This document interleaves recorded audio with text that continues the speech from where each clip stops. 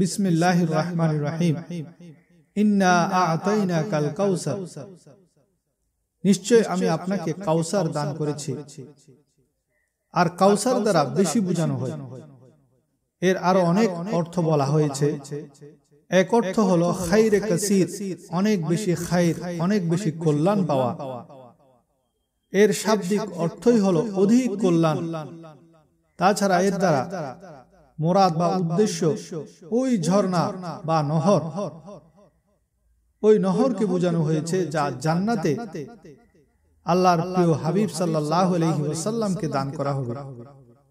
তেমনি ভাবে এর দ্বারা উদ্দেশ্য হলো সে হাউস যা থেকে হুজুর সাল্লাল্লাহু আলাইহি ওয়াসাল্লাম আপন উম্মতকে পানি পান করাবেন হাশরের মাঠে।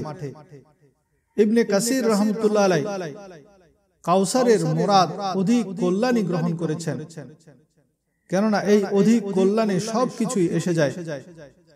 জান্নাতের নহরও এসে যায়, হাউজে কাউসারও এসে যায়, এবং হুজুর সাল্লাল্লাহু আলাইহি ওয়াসাল্লাম দুনিয়ার জমিনে যত বিজয় হাসিল করেছেন, ইসলামের জয় জয়কার হয়েছে, হুজুরের মিশন, হুজুরের জিন্দেগিতে পরিপূর্ণ হয়েছে, এই সব কিছু এই একটি শব্দের মধ্যে শামিল হয়ে গেছে। মূলত যত নিয়ামত আল্লাহর প্রিয় হাবিব সাল্লাল্লাহু আলাইহি ওয়াসাল্লামের নসিব হয়েছে, সেই সকল নিয়ামতের জন্য এটি একটি সব কিছুকে সন্নিবেশনকারী শব্দ, জামে শব্দ যাকে বলা হয়। আপনার শত্রু, আপনার দুশমন আপনার ব্যাপারে যাই বলুন না কেন, কিন্তু আমি আপনাকে অধিক কল্যাণ দান করে দিয়েছি। আর সে অপরিসীম কল্যাণ দুনিয়া থেকে শুরু হয়ে আখিরাত পর্যন্ত বিস্তৃত। এ ব্যাপারে কয়েকটি হাদিস অত্যন্ত চমৎকার এবং হৃদয়গ্রাহী। হযরত আনাস রাদিয়াল্লাহু তাআলা আনহু বলেন, একদিন হুজুর সাল্লাল্লাহু আলাইহি ওয়াসাল্লাম মসজিদে আমাদের মাঝে ছিল। হঠাৎ করে হুজুর সাল্লাল্লাহু আলাইহি ওয়াসাল্লামের উপর বেহুশি বা নিদ্রাচ্ছন্নতা এসে গেল।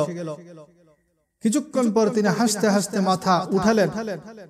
আমরা প্রশ্ন করলাম, হে আল্লাহর রাসূল সাল্লাল্লাহু আলাইহি ওয়াসাল্লাম, আপনার হাসার কারণ কি?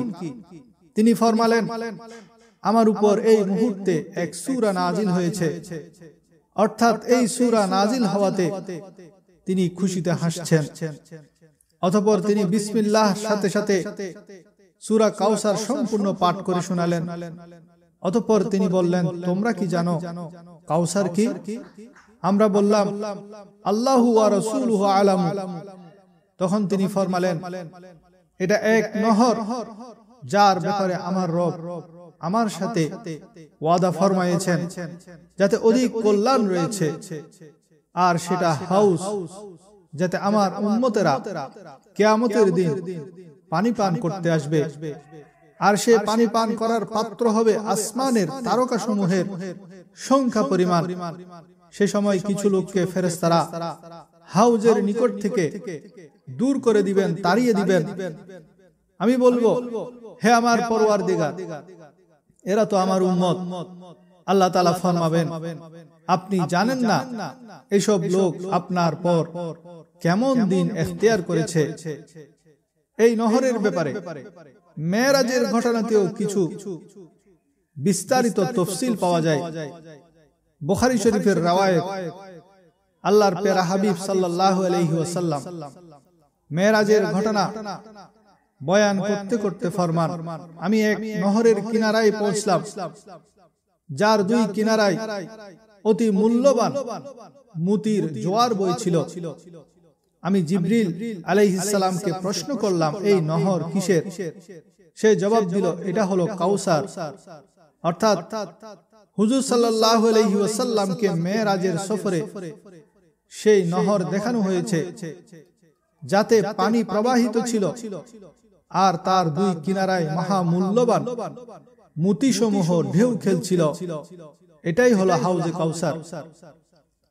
হযরত আবু উবাইদা রাদিয়াল্লাহু তাআলা হযরত আয়েশা রাদিয়াল্লাহু তাআলা আনহাকে প্রশ্ন করলেন, কাউসার দ্বারা কি উদ্দেশ্য? তিনি বললেন, কাউসার দ্বারা প্রত্যেক সেই কল্যাণ যা আল্লাহ পাক হুজুর সাল্লাল্লাহু আলাইহি ওয়াসাল্লামকে দান করেছেন। আবু বশির বলেন, আমি সাঈদ ইবনে জুবাইরকে বললাম, মানুষ বলেন কাউসার হলো জান্নাতের একটি নহর।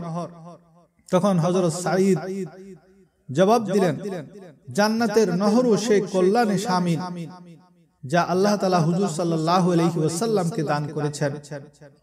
মোটামুটি হুজুর সাল্লাল্লাহু আলাইহি ওয়াসাল্লামকে যত প্রকারের কল্যাণ দান করেছেন, সব কল্যাণই এই কাউসারের দ্বারা প্রকাশিত হয়েছে।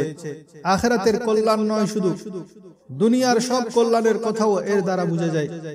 যেমন আপনি সূরা দোহায় দেখবেন আল্লাহ তাআলা বলেছেন, ওয়ালা সাউফা ইউতিকা রাব্বুকা ফাতারদা, আপনার পালনকর্তা সত্তরই আপনাকে দান করবেন, অতঃপর আপনি সন্তুষ্ট হবেন। ঠিক তেমনি ভাবে সূরা আলাম নাশরাহ লাকা এর মধ্যে বলা হয়েছে, ওয়া রাফা'না লাকা যিকরাক, অর্থাৎ আমি আপনার জিকিরকে বুলন্দ করব। এসব কিছুই কাউসার বা অধিক কল্যাণের মধ্যে শামিল যা হুজুর সাল্লাল্লাহু আলাইহি ওয়াসাল্লামকে দান করা হয়েছে।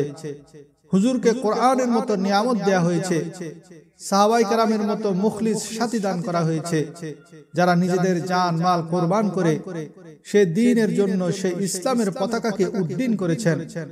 এখন কথা হলো, যখনই কারো কোনো নিয়ামত হাসিল হয় তার কি করা উচিত? তার সেই নিয়ামতের হক আদায় করা উচিত। আর কোন নিয়ামতের হক কখন আদায় হয়? যখন মানুষ আল্লাহর মর্জি ও এতাআতের কাজ করে।